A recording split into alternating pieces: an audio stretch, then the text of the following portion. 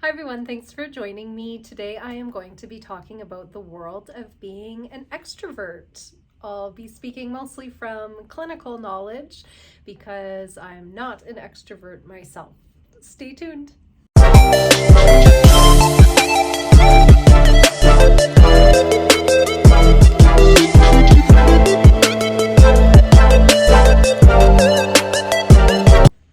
Hi everyone, welcome to the world of extroversion. Now, as much as I say I'm an introvert, so I can only speak about extroversion from what I know as a clinician, that's really not true because all of us have both of those forces of introversion and extroversion within us. It's just a matter of degree.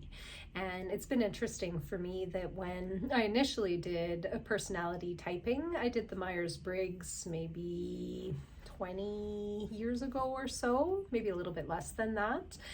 I typed being very far at the extreme end of introversion. So at that point, I may not have had as much connection to the world of extroversion. But as with anything, over time, things can change. And yes, our personality preferences can also change. I don't find as many people flip over fully from one side to the other, but the matter of degree on the side that they're comfortable with does change. And so just a year or two ago, when I did another round of typing with the same test, I actually scored much closer to the middle. For those of you who are more clearly on the extroverted side of things, you'll likely be familiar with some of the traits that make up what it means to be an extrovert. This whole spectrum of introversion, extroversion historically is rooted in how we recharge our energy. So that internal battery that we all carry, it's how do we replenish and rejuvenate. So when we're stressed out, when we're tired, when we're fatigued, what actually helps us to fill our energy levels back up? And for extroverts, they really value energy, is what I would say.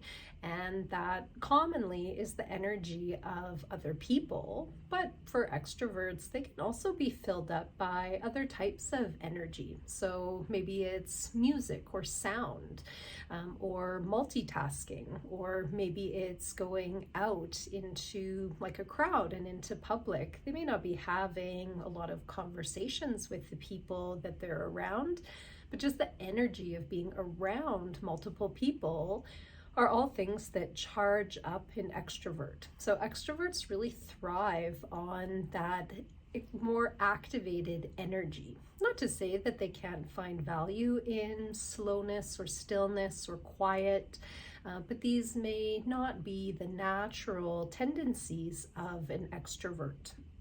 Extroverts also tend to have fairly large social networks.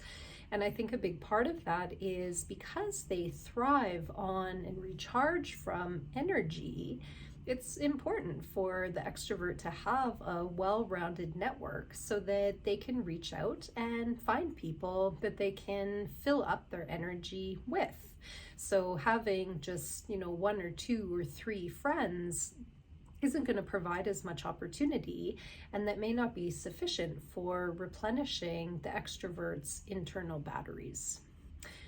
It's interesting when we look at something like extroversion, because I think often the curiosity is, can this be like maladaptive or dysfunctional or unhealthy?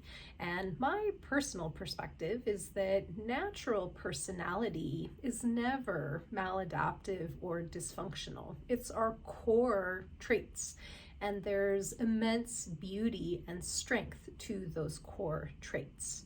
However, I would say these core traits can get warped by mental health, addiction issues, trauma, experiences that we have that kind of play on our natural tendencies, and I would say take us away from our natural tendencies.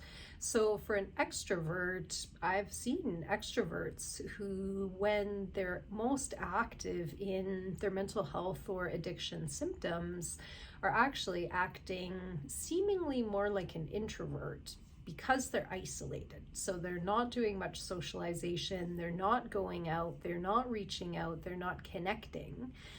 But we also have to be clear that that's not being an introvert, it's being isolated. So even an introvert can be isolated, shut off from everything. But for both sides, introversion and extroversion, it's all about connection. It's just a matter of preference for what the best type of connection for them looks like.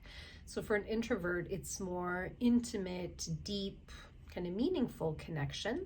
Whereas for an extrovert, they're quite thriving on that more superficial, kind of quick, activated energy. But both are a form of connection. Isolation is the absence of connection. So extroversion sort of gone wrong, so to speak, that warping from mental health or addiction issues can take even the most extroverted person into even the most extreme isolation. It can also take those natural strengths of an extrovert and pull them over to such an extreme that they also become maladaptive or dysfunctional. So it's not that the core traits of being an extrovert are maladaptive or dysfunctional, but anything at an extreme level can start to become harmful. So what I've seen that look like are basically extroverts who won't spend time with kind of quality people for them. This might mean that they're going to different bars, different social places where they can meet a bunch of different people, but it's never the same people because this prevents intimacy and this prevents connection. So there's an avoidance in that.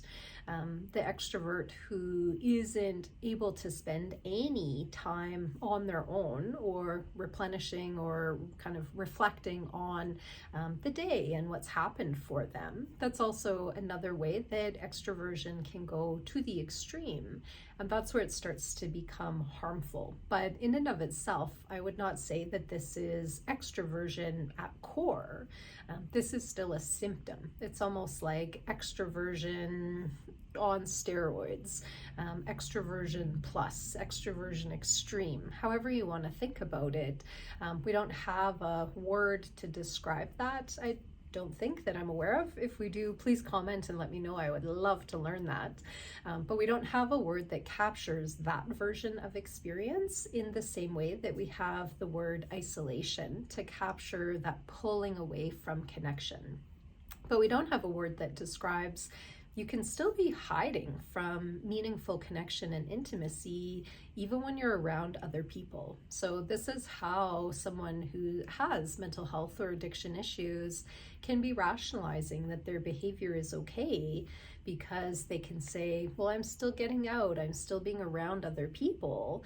But the quality of the connection and the meaningfulness of that for recharging that internal battery just isn't there. So the person has done a departure away from their natural tendency and self. And I would say if you're watching this and you're recognizing that perhaps you have moved away from your core or authentic or healthy self, whether that's on the extroversion or introversion side of the spectrum, it might be time to start exploring more treatment for mental health and or addiction related issues. I specialize more in addiction, so that's the area I'm most familiar with. And some of the kind of steps for recovery for someone who is an extrovert who struggles with addiction often involves moving towards connection, but being very thoughtful and very mindful about who they're connecting with, what's motivating that connection at that time as well. So starting to be a little bit more aware of, am I reaching out and going out to escape? Am I doing it to avoid? Am I doing it to go drink or drug or sex or engage in some of those behaviors that have become problematic? Or am I doing it for health? Am I doing it to recharge? Am I doing it to connect? Am I doing it to energize? If it's in category number one, then often the recommendation would be to pause. Maybe you don't take that next step of action at that moment. Maybe there's something else that you can find yourself doing that would be more health nutritive and health affirmative at that point than going out and doing whatever it was that you had planned to do. So for an extrovert in recovery, you will need to be mindful about who you're connecting with. There will be some connections you have that really have become using or addictive connections. And it might be important for boundaries to be drawn. There might even be no contact with those particular relationships for a period of time or perhaps long term, because you recognize that that connection is not recovery affirmative, it's actually health detrimental. A lot of people who are extroverts, they really value from peer support. So exploring group therapies, 12-step groups, Smart Recovery, She Recovers, any other groups that exist in your area for that peer connection. That's a natural stepping stone that a lot of extroverts really enjoy and really thrive on. Now, if you're in that state of isolation, it can be a very difficult step to take for sure. It's also just scary to step into a new world, a new culture with sort of a new language and new things while you're challenging yourself to make some changes. But this usually is a natural fit for the extroverts in the crowd. Whereas for an introvert, they really do have to drag themselves to some of these peer support meetings. They will usually start to form some connection because they really like the depth and the intimacy that's present in those groups, but it doesn't come as naturally as it will to an extrovert. That being said, there are some self-management tools that are much harder for extroverts. So self-reflective things like journaling or art therapy, meditation, those very quiet, still activities won't come naturally for an extrovert. Now, that doesn't mean that it's not helpful for you to pursue doing them. It just means that these may not be your go-to tools. These might be tools that you challenge yourself to use. You recognize the drain that comes when you do them, and then you may have to incorporate other tools like reaching out, peer support, things that are energizing and connecting for you that help you to recharge from the drain that might come from those other tools. So the long and the short of it is there's no right or wrong when it comes to being an extrovert or being an introvert. They both have a ton of strength and value to them. It's just important to be aware of who you are and to own that and to live according to that rather than fighting your natural type and trying to live as somebody that you're not. So strive for authenticity, strive for health, and strive for congruence. Thank you so much for the person who requested this video to be made. I hope that it's been helpful to you, but of course to everybody who's watching. And if you do have any topics that you would like me to address, please feel free to comment below and I would be more than happy to incorporate those into videos down the road. I really appreciate your support. Thanks for tuning in and I'll talk to you soon. Bye for now.